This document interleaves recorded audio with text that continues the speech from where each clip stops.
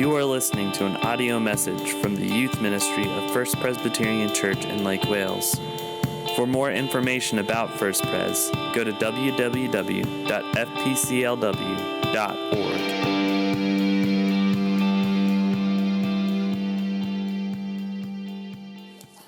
All right, so last week, remember, we saw Solomon find something good in life, which is pretty surprising. Solomon has been talking to us about how horrible life is and how disappointing it is. Solomon says, I found one thing that's pretty good.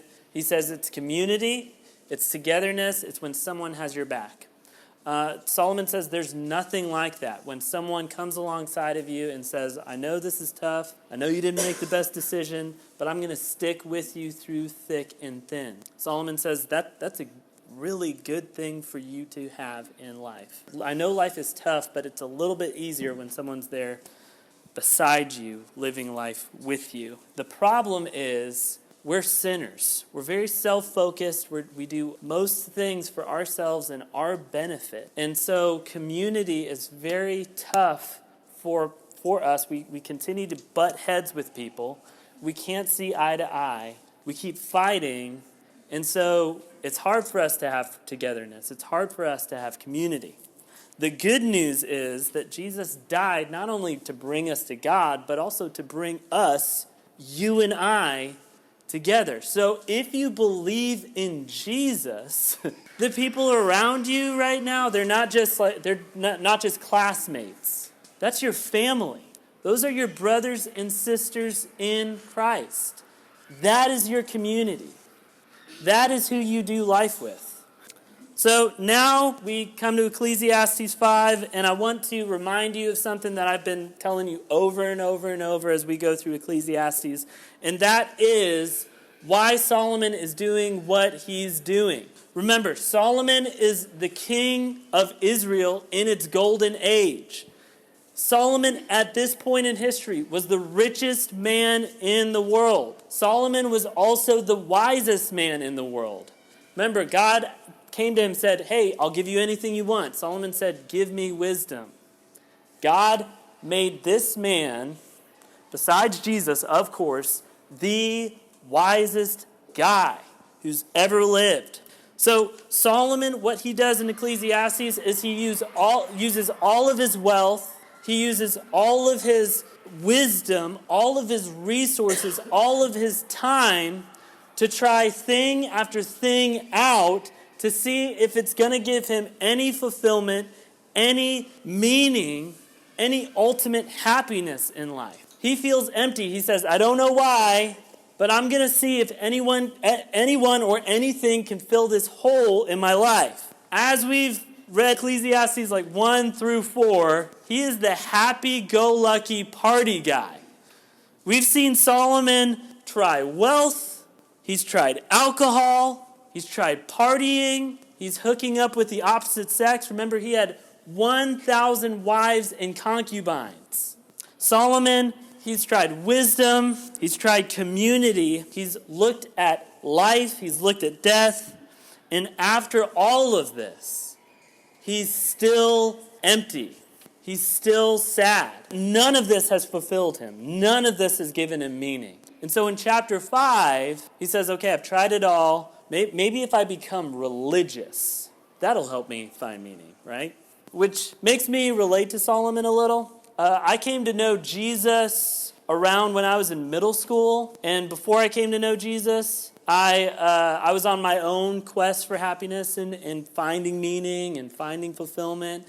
And like any middle schooler, I wanted happiness in two things, one of them being finding acceptance with others. I wanted people to like me, to think, wow, that guy's cool, I want to hang out with him.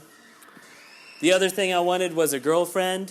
As I pursued these things, I found that none of them made me happy. None of them gave me fulfillment. I thought they would, but they ended up failing me. And so I thought, well, maybe I will try religion. Maybe I'll try being religious. And so I prayed more. I read my Bible more. I watched Christian television. That is a very Christian thing to do, watch Christian television. And even that, I don't want to ruin it for you for what we're going to find in Ecclesiastes 5. But even that, for me, did not give me fulfillment. To do my best, to work hard, to do all these religious things so that in the end God could look at me and say, look at that guy. I want that guy on my team. Still didn't work out. So Solomon goes from party guy to religious guy. A lot of people do this. They've lived their lives, they've tried things, and then they go, oh, it's not working. I'll try religion. Have you guys ever heard, I'll be a Christian like when I'm older, or I'll start going to church when I'm a little older, or have kids. What that means is, I want to live life now.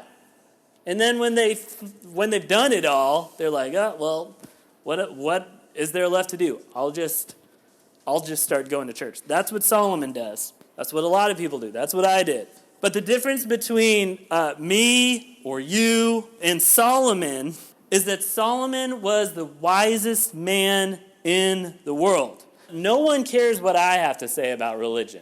But Solomon had thousands of people from all over the world coming to hear what he had to say about God and our relationship to him.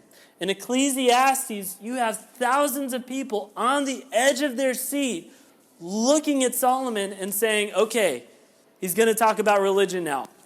What's he going to say? Solomon, you got to see him as an expert in this field. If he were to write a book on religion today, it would be the #1 New York Times best-selling book on religion. Guarantee it. So what's Solomon have to say about God? First thing he says is, okay, listen, I'm Solomon. I'm the wisest guy. I'm not naive about religion. I've done my research. I've looked at all of these different religions and how they work and what people believe.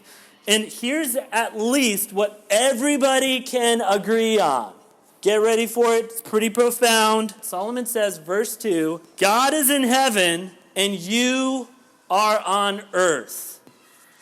Okay, duh, Solomon. Everybody knows God is in heaven. That's where he lives. And where are we?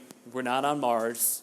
We're on earth. Solomon, come on. I thought you were going to tell me some useful stuff about religion, but you don't need to pay thousands of dollars on a seminary degree to come to that conclusion. But listen to what Solomon is saying here. Solomon is saying, just as there's miles and miles and miles of distance between heaven and earth, so there is miles and miles and miles and miles and miles of distance between you and God. Solomon says God is very, very distant from you.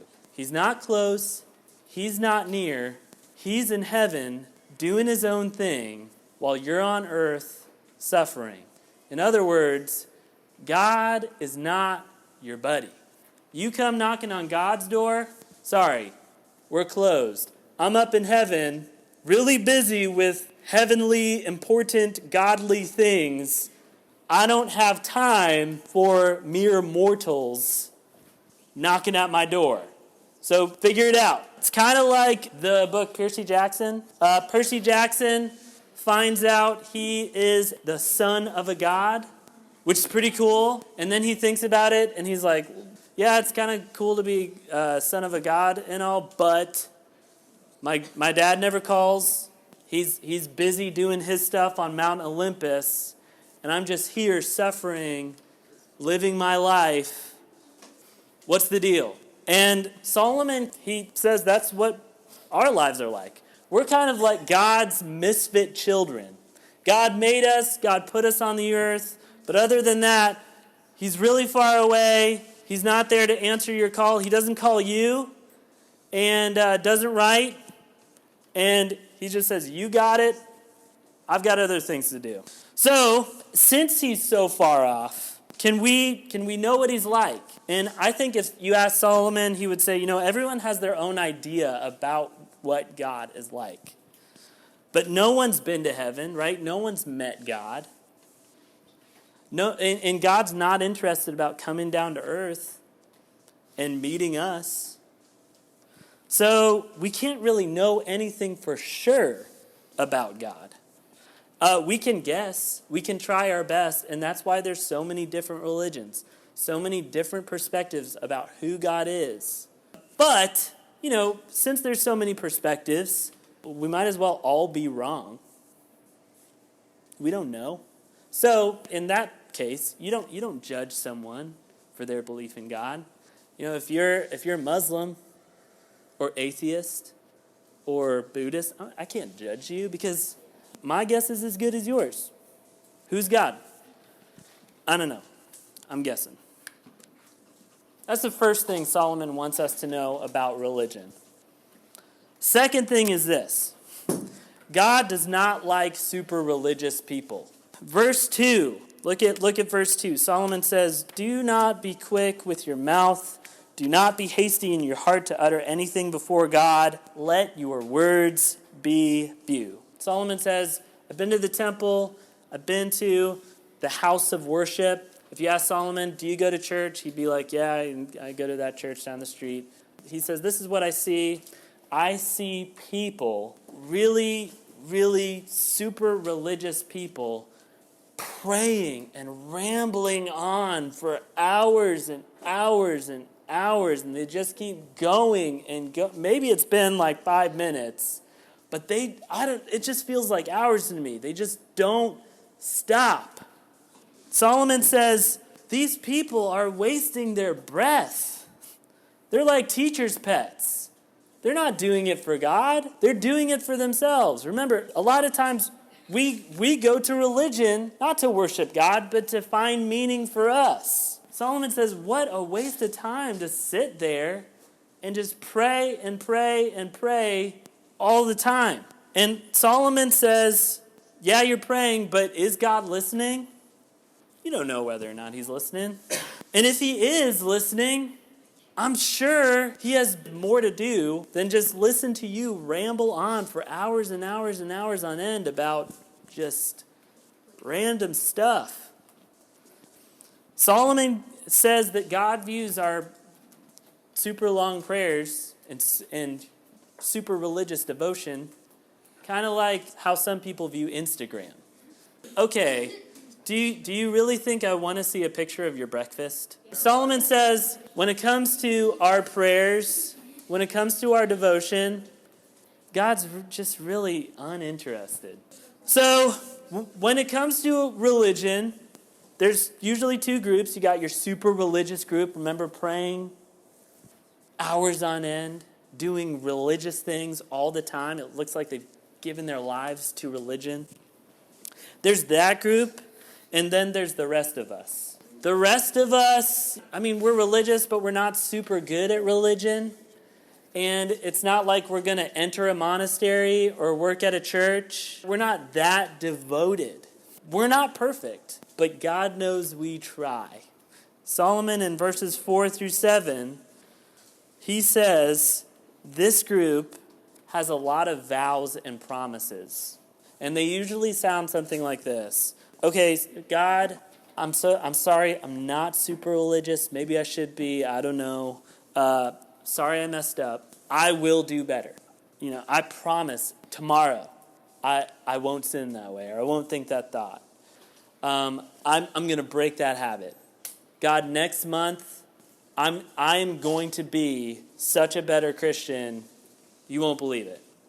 Solomon says, when it comes to our promises like that before God, when it comes to our vows to him, Solomon's kind of negative. Solomon says, God doesn't really like a liar. Solomon says, we always tell God we're going to do better. We always make these promises. But do we keep them? No. We are constantly failing God. And Solomon says God does not like inconsistency. So what is his response to people who continue to fail him over and over and over? Solomon says, if that's how you relate to God, you are in for a world of punishment. God is going to just relentlessly punish you all the time. So if something horrible happens in our lives, or car runs out of gas, you can bet that that's God reminding you, hey, you broke this promise. I've got my eye on you. So all in all, Solomon's view of God and his relationship with us, super religious people, he's like, shut up. And kind of religious people, he's like, get ready for punishment. Remember, God's in heaven. He's got important stuff to do. We can't just be annoying him all the time. And we're on earth. Let's try to mind our business. That's what Solomon says. Now, Solomon, again, he's come to this point where he's felt like he's the expert on religion. What about us? Have we become an expert too? Are we tempted to think like Solomon here when it comes to our relationship with God, who God is and how he relates to us? Is what Solomon is describing here, is this what we do on a Wednesday night or a Sunday morning or a Sunday night where, we're learning stuff about God, we're here, but God himself, he's not really involved in any of this. And, we're learning these facts about Jesus and the Bible and God, but we can't really know for certain if our way is right. Because we got the Buddhist perspective, we got the Muslim perspective, we got the atheist perspective. There's so many perspectives, it's overwhelming, so we can't really know. So we're trying our best, and hopefully our best is going to be enough. But here's the deal. If that's all Solomon knew about God, there was a lot more for him to learn. Jesus had another name, another title. It was Emmanuel. Who can tell me what Emmanuel means? Anybody know? Emmanuel means God with us. This isn't just a name for Jesus. This is who Jesus is. This God that we worship didn't stay in heaven. Jesus, the Son of God, came down from heaven to earth to be heard, to be seen, to be touched, to be a part of our lives. So, are you like Solomon? Do you know about a God who's out there somewhere? He doesn't really interact with me. He's not really involved. Don't really know who he is. Or do you know Jesus, who is God with us? And we might still have questions. We might say, okay, well, how do we know that Jesus isn't our interpretation of God? Just like Allah is the Muslim interpretation of God? Or how? Even a question like, well, okay, let's say Jesus is God. Let's say he's with us, but how do I know that I'm good enough for him? How do I know that he'll accept me? First question, I would tell you this. All of these thinkers, all of these religious leaders, Muhammad, Buddha, philosophers, again, religious thinkers, very intelligent people, they've all had ideas about God. They've all told us what they think about who God is and what our relationship to him is. But guess what? They all died. And Jesus, he said some things like, I'm God. But you know what? Jesus didn't die. He did. He didn't stay dead. Jesus rose from the dead. If I'm going to put my money on anybody, I'm putting it on Jesus. Is your money on Jesus? To the second question, can we be good enough for this God? Remember, and I've told you this over and over, Jesus didn't just die. Jesus died for you. Jesus died to take the blame for your sins so that you could be accepted by God. And if Jesus died for you, you better believe he's going to stick with you through thick and thin, no matter what. Jesus gave his life for you. So, let me ask you again, are you like Solomon? Do you know about a God who's far off, distant, not involved in your life? Or do you know Jesus, God with us? Father God, thank you. I thank you that you are not distant, that you love us, that you have committed yourself to us, that you're close to us. And even when we're faithless, even if we run, even if we're not good enough, you continue to build the bridge to forgive us, to make us more like you, Jesus. So I pray for our students tonight that if they're not on the journey already, and if they are, praise God, if they do know you, I thank you for that. But Lord, I pray if they don't, I pray that they would have the joy of coming to know Jesus, God with us. And I pray this all in his name. Amen.